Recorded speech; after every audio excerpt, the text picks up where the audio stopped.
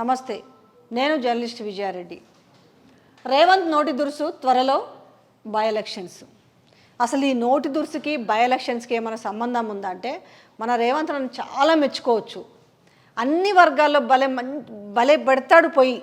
అంటే ఈయన ఏళ్ళు పెట్టడం వల్ల అన్ని చోట్ల సామెత అంటాం, భస్మాసుర హస్తంలాగా హైడ్రాని పెడితిరి, అది మిస్ఫైర్ అయిపోయాయి.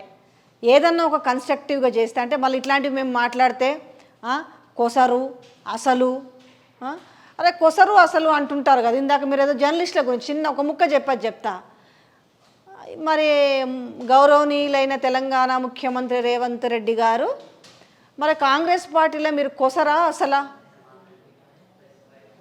మరి అసలు వాళ్ళు ముఖ్యమంత్రి కాకుండా కొసరైన నువ్వు ముఖ్యమంత్రి అయినావు కదా.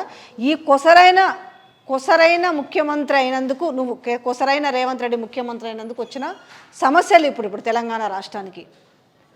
అదేదో మంచో చెడో అందరినీ జమ చేసి, అంటే ఈ మాటలన్నీ కూడా మీ వాళ్ళు గాంధీ భవన్లో పెట్టుకుంటున్న గుసగుసలు ఇవ్వాల.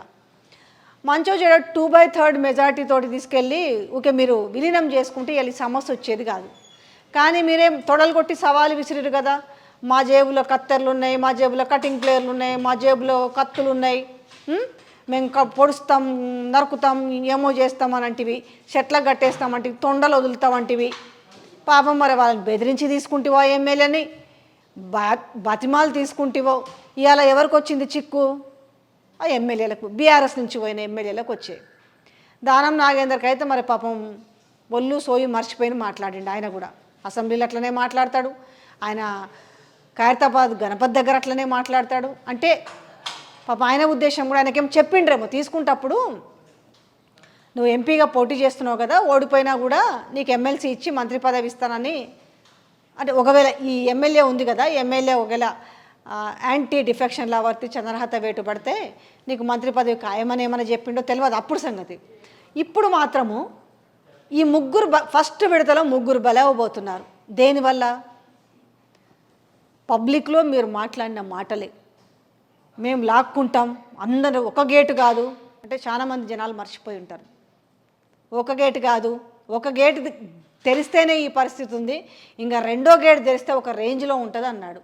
కానీ ఆ రెండో గేటు కూడా అసలు తెరవాల్సి ఉంటుంది. మేము కూడా చూస్తుంటాం ఎట్లుంటుందో అనేసి. సరే, ఒక గేటు తెరిచిర్రు, వచ్చిండ్రు. పాపం వాళ్ళకి తెలియదు కదా, అంతా మా రేవంత్ అన్న చూసుకుంటాడులే అనేసి. మీ సీటు కాపాడుకోవడానికి కాంగ్రెస్ పార్టీలో ఏం చేస్తారో ఫస్ట్ బయటల గురించి భయం కాదు నీకు, కాంగ్రెస్ పార్టీలో నుంచి భయమే.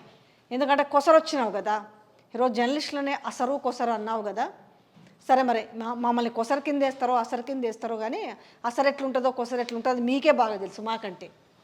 ఎందుకంటే నేను కొసరోడిని కాబట్టి కాంగ్రెస్ పార్టీలో రేపు ఒకవేళ నా సీటు ఉంటుందో ఊడుతుందో ముందు ఆ నుంచి అయితే తెచ్చుకుందాం. వాడిని బెదిరించిరో, పాపం బాతిమలాడుకున్నారో, కడుపులో తలకాయలో పెట్టిరో, కాలు పట్టుకుర్రో మరి మాకు కూడా తెలియదు. ఇవాళ ఏమైంది? వాళ్ళ పానాలు బిక్కుమనుకుంటున్నాయి. తెలంగాణ ప్రజలు ఏమనుకుంటున్నారు? బరాబర్ తెలంగాణలో బై ఎలక్షన్స్ వస్తాయని.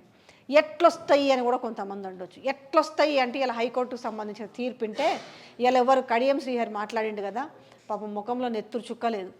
ఏం చెప్పాలో అర్థమైతలేదు, ఏం మాట్లాడాలో అర్థమైతలేదు. అనర్హత వేటు ఏం చెప్పింది? పాపం కొట్టేలే కేసు 4 వారాల్లో స్పీకర్ ఏదైనా డెసిషన్ తీసుకోవాలి అనేసి. మరి ఈ స్పీకర్ తీసుకున్న డెసిషన్లో ఏం చెప్తాడు స్పీకరు? పక్కా ప్రూఫ్స్ ఉన్నాయి కదా. అందులో ముఖ్యంగా ఫస్ట్ లిస్ట్లో ఉన్నది ఎవరు? దానం నాగేందర్. పోనీ పార్టీ మారుడేనా అంటే పార్టీ మారుతిరి, కండువాలు కప్పుకుంటురి, ఇష్టం వచ్చినట్టు ఏ పార్టీ నుంచి అయితే గుర్తు మీద గెలిచి వచ్చారో ఆ పార్టీ మీద లేనిపోనివన్నీ మాట్లాడి అయిపోయినా పోతే అంతటితోనే ఒడిచిందా? నేరుగా ఎమ్మెల్యే పదవి పెంచుకొని కూడా మరి కొందరు నిజంగా ఎట్లా నిర్ణయం తీసుకుంటారో అర్థం కాదు. మరి రేవంత్ రెడ్డి ఏం హామీ ఇచ్చిండో తెలియదు. బాజాప్తా ఒక కారు గుర్తు మీదనేమో గెలిస్తేవి, ఈడ చేయి గుర్తు మీద ఎంపీగా పోటీ చేస్తేవి. అంటే ఎల్లకాలం ఒకలాగానే ఉంటుందా రోజులన్నీ? ఏమైంది ఇప్పుడు? రేపు 4 వారాల తర్వాత సరే మీరు ఎన్నో సాకులు చూపిస్తారు. కోర్టుల విషయాల్లో చాలామందికి విపరీతమైన నిర్లక్ష్యం. ఏమవుతుంది, ఇట్లా కేసు నడుస్తూ ఉంటుంది, ఈలోగా మళ్ళీ ఎలక్షన్లు వస్తాయి అనేసి. కానీ ఎప్పుడు అన్ని వేళలా ఒక్కటే పరిస్థితులు ఉండవు. ఈయన్నే ఉంది ఇప్పుడు. ఇలా కడియం శ్రీహరి మాట్లాడిన మాటల్లోనే అర్థమైంది, ఏం చెప్పాలో పాపం ఆయనకు అర్థమైతలేదు. సో 4 వారాల తర్వాత స్పీకర్ ఏ నిర్ణయం తీసుకోకపోతే సో వాళ్ళు సుమోటోగా తీసుకొని ఆ విచారణ జరపాల్సిన అవసరం లేదు. దానికి సంబంధించిన వీడియోలన్నీ కూడా కోర్టుకు వెళ్ళి ఉంటాయి కాబట్టి, కోర్టులో ఉంటాయి సాక్ష్యాలన్నీ కూడా. మరి దీన్ని ఎట్లా, వీళ్ళ పదవులు ఉంటాయా మీన్స్ ఎమ్మెల్యే. కానీ ఇక్కడ ఫస్ట్గా అర్థమవుతుంది ఏంటంటే, ఫస్ట్ స్పాట్ దానం నాగేంద్రకి పడేటట్టయితే కనబడుతుంది. ఎందుకంటే దానం నాగేంద్రను వదిలించుకోవాలనేసి ఇక్కడ మరి రేవంత్ రెడ్డి కూడా చూస్తున్నాడా అనిపిస్తుంది. ఎందుకంటే హైడ్రా విషయంలో ఆయనకు ఎదురైన విషయం కావచ్చు,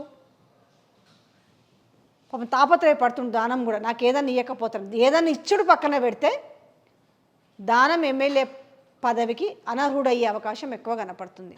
సో ఫస్ట్ అయితే ఈ 3 ప్లేస్లలో బై ఎలక్షన్స్ వచ్చే అవకాశం ఉంది. ఎందుకు ఇదంతా జరిగింది?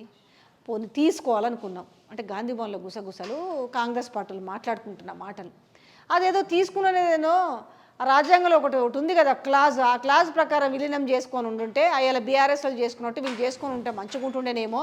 ఇవాళ తెలివి తక్కువ పనులు చేసిండ్రు, ఈ తెలివి తక్కువ పనుల వల్ల మా జీవితాలు ఆగమవుతున్నాయి అనేసి పాపం మిగతా ఎమ్మెల్యేలు ఇప్పుడు అటు బీఆర్ఎస్కి పోలేక, ఇటు కాంగ్రెస్కిలో ఉండలేక, అటు కాన్స్టిట్యున్సీకి పోతే ఏం మాట్లాడాలో అర్థం కాక, ఎందుకంటే ఆడ పోతే నిరసనసేగా చూసినాం కదా. గూడెం మహిపాల్ రెడ్డి విషయంలో కాంగ్రెస్ వాళ్ళు సపోర్ట్ చేస్తలేరు, బీఆర్ఎస్కి ఆర్డర్ పోలే, అందరూ అట్లనే ఉంది. ఆడ జగిత్యాలలో కూడా చూసినాం కదా. ఏ కాన్స్టిట్యున్సీ చూసుకున్నా ఇదే పరిస్థితి ఎదురవుతుంది. కాంగ్రెస్ సపోర్ట్ చేస్తలేదు, కాంగ్రెస్లో క్యాడర్ ఇప్పుడు సీఎం చెప్పగానే క్యాడర్ సపోర్ట్ చేయదు కదా, వాళ్ళకు కూడా ఉంటుంది కదా, అరే ఇన్నాళ్ళు మేము జెండా బట్టి మోసినాము మాకేంది పరిస్థితి అనేసి. ఇటు పోతే బీఆర్ఎస్ క్యాడర్ వాళ్ళతో పోలే. ఇప్పుడు ఏమైంది వీళ్ళ పరిస్థితి? రెంటికి చెడ్డ రేవడిలాగా తయారైంది. రెంటికి చెడ్డ రేవడిలాగా ఏం చేయాలో పాలు పోతలేదు. అయ్యో అంతో ఇంతో ఖర్చు పెట్టుకొని గెలిస్తేమే ఇలా మాకెందుకు ఈ కర్మ, ఈయన ఇట్లాంటి సవాళ్ళు చేసి ఇట్లా నోటి దురుసుగా మాట్లాడకపోయి ఉంటే అందరిని కలిపి విలీనం చేసుకునే ఇలా మంచుకుంటుండేనేమో, ఇవాళ మేము బిక్కు అనుకుంటూ బతకాల్సి వస్తుండే అనేసి వాళ్ళు పాపం వాళ్ళు చాలా వాళ్ళ దగ్గర వాళ్ళు వాపోతున్నారంట. సో అన్ని చోట్ల పనికిరాదన్న రేవంత్ అన్న, అందరి మీద నోరు బారేసుకుంటారు. వాడేవాడు వీడెవడు జర్నలిస్టులని.